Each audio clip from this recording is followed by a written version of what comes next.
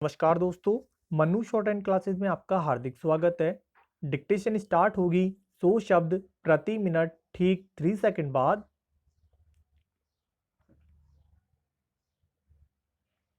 Start.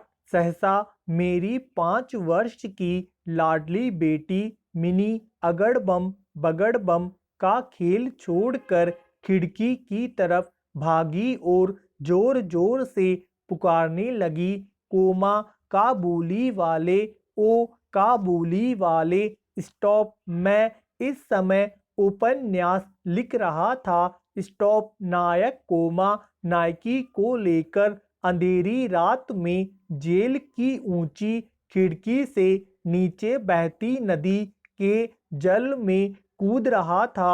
Stop. घटना वहीं रुक गई।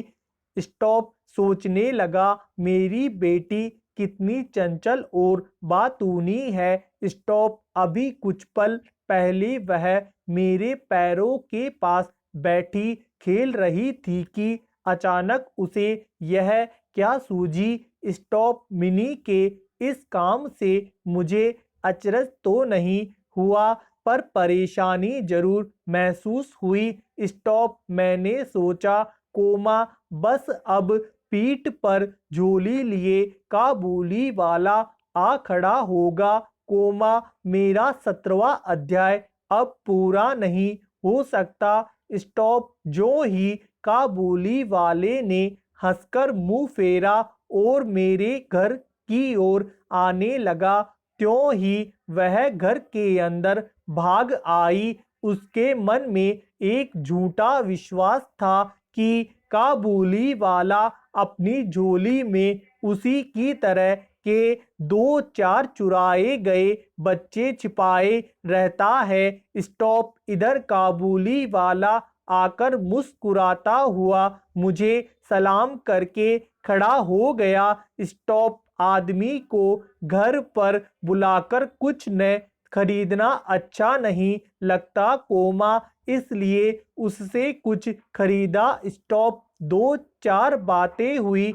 स्टॉप। पता चला कोमा उसका नाम रहमत था। स्टॉप। पैरा।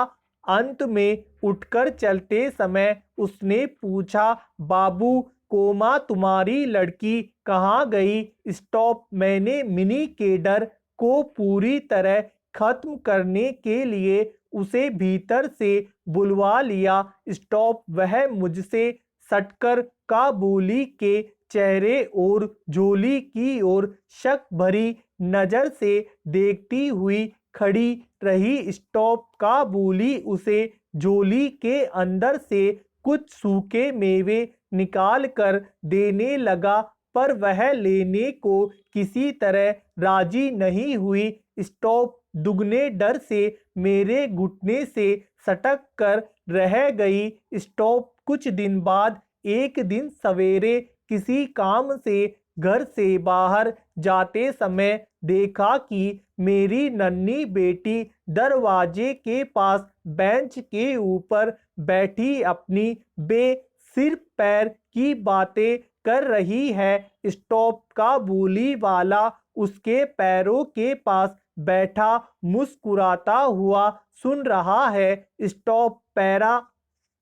वह बीच बीच में मिनी की बातों पर अपनी राय भी बताता जाता है। स्टॉप। मिनी को अपने 5 साल के जीवन में पिता के अलावा ऐसा धीरज रखकर उसकी बातों को सुनने वाला कभी नहीं मिला था। स्टॉप। मैंने यह भी देखा कि उसका छोटा आंचल बादाम किशमिश से भरा था। स्टॉप। मैंने काबुली वाले से कहा, कोमा उसे यह सब क्यों दिया। स्टॉप। अब फिर मत देना। स्टॉप। मैंने जब से एक अठन्नी निकाल कर उसको दे दी। स्टॉप। काबुली वाले ने अठन्नी मुझसे लेकर अपने झोले में रख ली। स्टॉप। घर लौट कर आया तो देखा कि उस अठन्नी को लेकर पूरा झगड़ा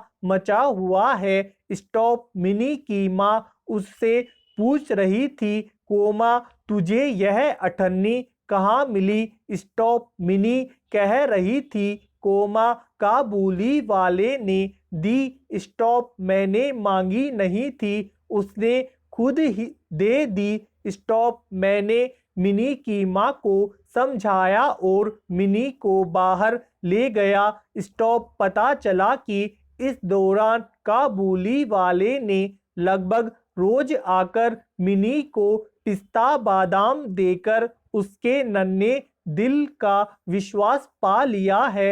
स्टॉप। वे आपस में दोस्त बन गए हैं। दोनों में कुछ बंधी हुई बातें और हंसी मजाक चलते। स्टॉप। काबुली रहमत को देखते ही मेरी बेटी हंसते हुए पूछती, कोमा काबुली वाले तुम्हारी झोली में क्या है? स्टॉप। रहमत हंसते हुए उत्तर देता, कोमा हाथी, मतलब उसकी झोली में हाथी है। स्टॉप। इस बात से दोनों खूब हंसते। स्टॉप। उनमें एक और हंसी भरी बात चलती थी। स्टॉप। रहमत मिनी से कहता, कोमा मिनी तुम क्या ससुराल कभी नहीं जाओगी? स्टॉप। ससुराल का मतलब नहीं समझने के कारण मिनी उलटकर पूछती, कोमा तुम ससुराल जाओगे? स्टॉप। रहमत ससुर के लिए खूब मोटा घूंसा तान कर कहता, कोमा मैं ससुर को मारूंगा। स्टॉप। सुनकर मिनी ससुर नाम के किसी अनजाने जीव की पिटी पिटाई हालत के बारे में सोचकर खूब हंसती। स्टॉप। मुझमें देश विदेश घूमने की इच्छा है, लेकिन अपने कमरे से बाहर निकलते ही घबराहट होने लगती है। स्टॉप। इसलिए सुबह अपने कमरे में मेज के सामने बैठकर इस काबुली के साथ बातचीत करने से बाहर घूमने का काफी काम हो जाता है।